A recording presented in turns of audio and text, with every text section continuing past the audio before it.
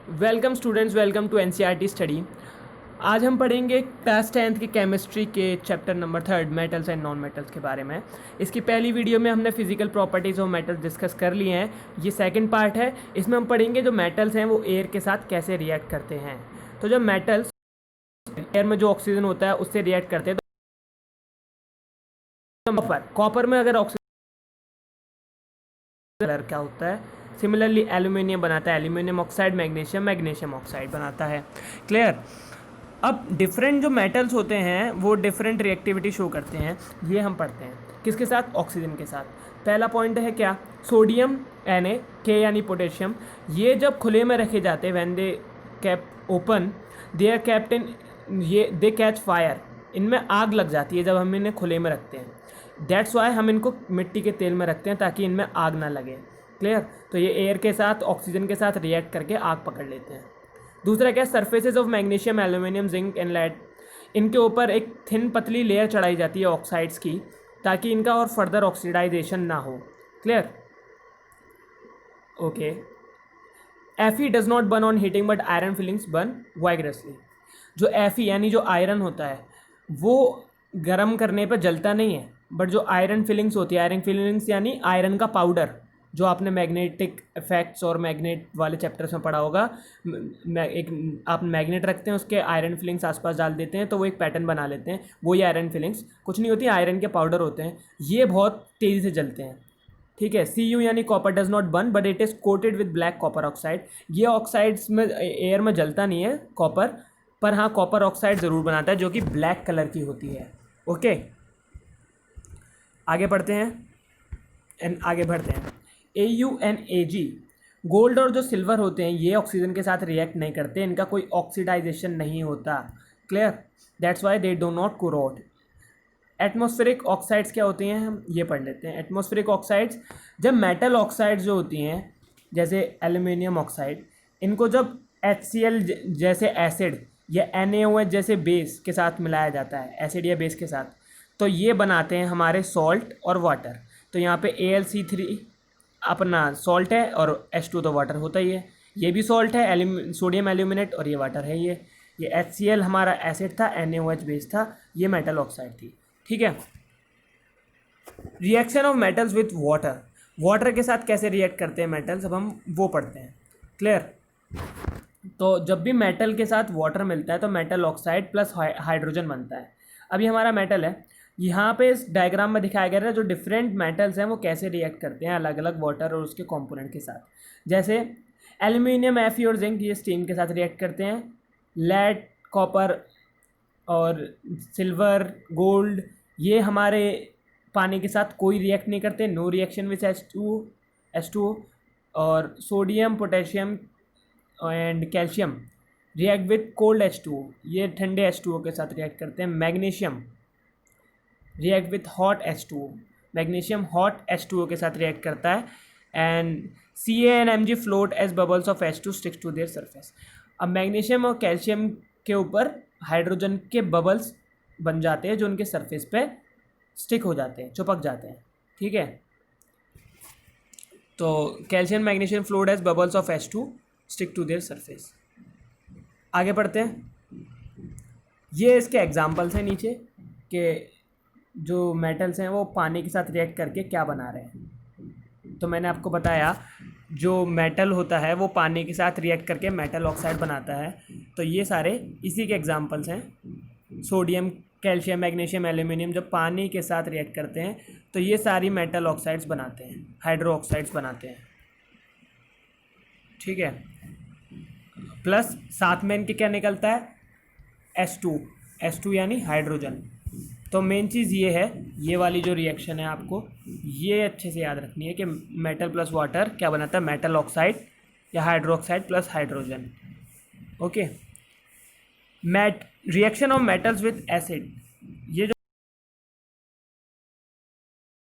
Acid मिलाया जाता है डाइल्यूट एसिड, तो सॉल्ट प्लस H2 हमारे प्रोडक्ट्स के रूप में निकल के आते हैं।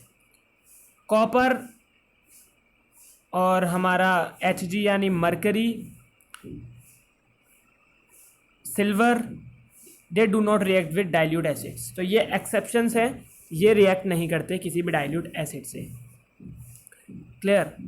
एग्जांपल्स, Fe में जब HCl Fe हो गया मेटल, HCl हो गया डाइल्यूट एसिड, ठीक है, डाइल्यूट एसिड, ये बनाएगा एक सॉल्ट प्लस हाइड्रोजन। तो ये सारे सॉल्ट्स हैं, ये हाइड्रोजन है, ये मेटल्स हैं, और ये सारे आपके डाइल्यूट एसिड्स हैं। क्लियर, देख लीजिए अच्छे से जो जो रिएक्शंस हैं। आगे चलते हैं, reaction of metals with solutions of other metals. Clear. तो जो metal A salt solution B से मिलता है तो salt solution A plus metal B बनता है।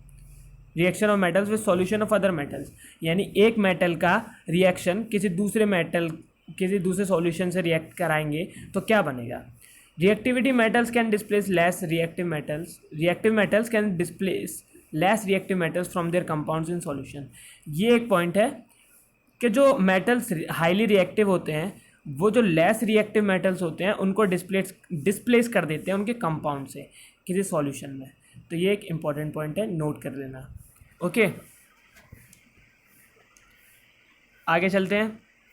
रिएक्टिविटी सीरीज, सबसे पहले रिएक्टिविटी सीरीज से पहले ये आप देख सकते हैं कि Fe एक मेटल है, कॉपर सल्फेट सॉल्ट सॉल्यूशन है, FeSO4 ये दूसरा सॉल्ट सॉल्यूशन है, इससे बन गया मेटल कॉपर। तो Fe का जब कॉपर सल्फेट से रिएक्ट करा गया तो FeSO4 बन गया हमारा, दूसरा सॉल्ट सॉल्यूशन बन गया, प्लस जो मेटल भी है वो बाहर निकल के आ गया। तो यही वाली जो रिएक्शन है इसी को जस्टिफाई करने के लिए ये एग्जांपल दे दिया है, आप देख सकते हैं, this is the example and this is the rule. तो ये आपको समझ में आ गया होगा। अब हम आगे चलते हैं, रिएक्टिविटी सीरीज़, ये बहुत मोस्ट इंपॉर्टेंट है रिएक्टिविटी सीरीज़, इसको अच्छे से पढ़ेंगे। तो रिएक्टिविटी सीरीज़ क्या है। The reactivity series is a list of metals arrange in order of their decreasing activities, यानी जितना नीचे जाते जाओगे उतनी कम रिएक्टिव एलिमेंट से मेटल होंगे और जितने ऊपर जाओगे वो सबसे ज़्यादा रिएक्टिव होंगे। तो ये सीरीज़ आपको याद करनी होगी। सबसे ज़्यादा रिएक्टिव मोस्ट रिएक्टिव होता है आपका K यानी पोटेशियम, फिर sodium, calcium, magnesium, aluminium, zinc, iron, lead, ये चलता जाएगा। अब ये जो हैं सारे ये मीडियोकर हैं, ठीक है, यानी बीच वाले हैं, ये ना ही हाईली रिएक्टिव है ना ही लेस। बट ये जो नीचे वाले हैं एकदम ये लेस रिएक्टिव हैं, जैसे Hg, gold, silver, copper, helium, ये सब बहुत ही लेस रिएक्टिव मेटल्स हैं। क्लियर। तो ये रिएक्टिविटी सीरीज़ है, इंपॉर्टेंट है, इसको नोट डाउन कर लेना, कौन से मोस्ट रिएक्टिव है, कौन से रिएक्टिविटी में मीडियोकर हैं, बीच के हैं, और कौन से लीस्ट और लेस रिएक्टिव है। अब हम पढ़ेंगे reaction of metals with non metals, ठीक है, कि जो रिएक्शंस होते हैं मेटल्स के वो नॉन मेटल से कैसे रिएक्ट करते हैं मेटल्स। तो पहला पॉइंट क्या है, reactivity of element is a tendency to attain completely filled valence shell. Valence shell क्या होता है, ये आपने 9th क्लास में पढ़ा होगा, वैलेंसी, के जो भी एटम्स होते हैं वो अपने आउटर मोस्ट शेल को बैलेंस करते हैं according to their maximum capacity, KLMNO4 2 8 8 8 10, ठीक है, जो उनके आउटर मोस्ट शेल में की जो कैपेसिटी होती है उसको फिल करने के लिए रिएक्ट करते हैं। Reactivity of elements tendency to attain a completely filled valence shell, react इसलिए करते हैं ताकि उनके आउटर मोस्ट शेल है वो कम्प्लीटली फिल हो जाए। Atoms of metals lose electrons from their valence shell to form cation, ठीक है, जब कोई मेटल का एटम इलेक्ट्रॉन को छोड़ता है, लूज करता है, दे देता है, तो वो कैटायन बनाता है, ठीक है, कैटायन क्योंकि दान दे रहा है, पॉजिटिव होता है कैटायन।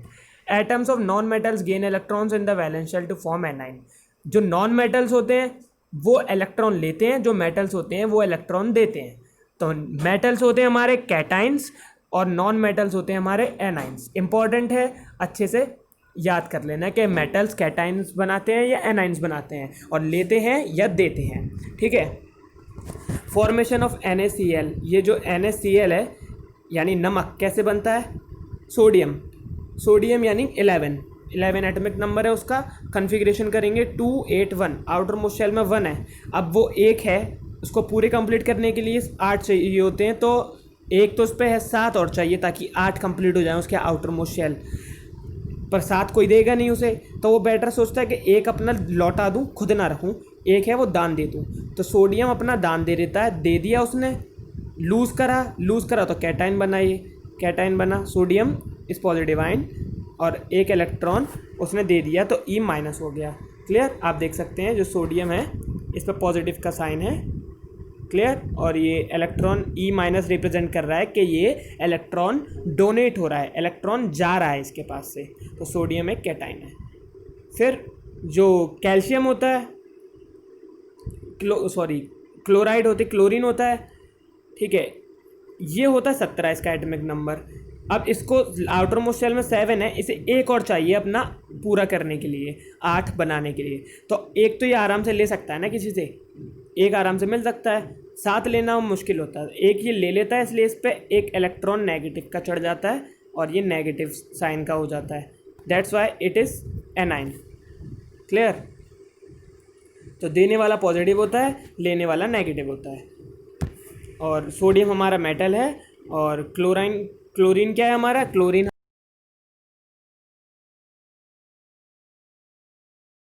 नॉन मेटल को समझने के लिए। इसके आगे के जो टॉपिक हैं वो हम नेक्स्ट वीडियो में कवर करेंगे। क्लियर? आयनिक कंपाउंड्स क्या होते हैं एंड फर्दरमोर। ओके, तो चैनल को सब्सक्राइब कीजिए, share with your friends, press the bell icon, comment कीजिए वीडियो कैसी लगी, समझ में आई नहीं आई, अपना वैल्यूएबल फीडबैक ज़रूर दीजिए। Thank you and have a nice day.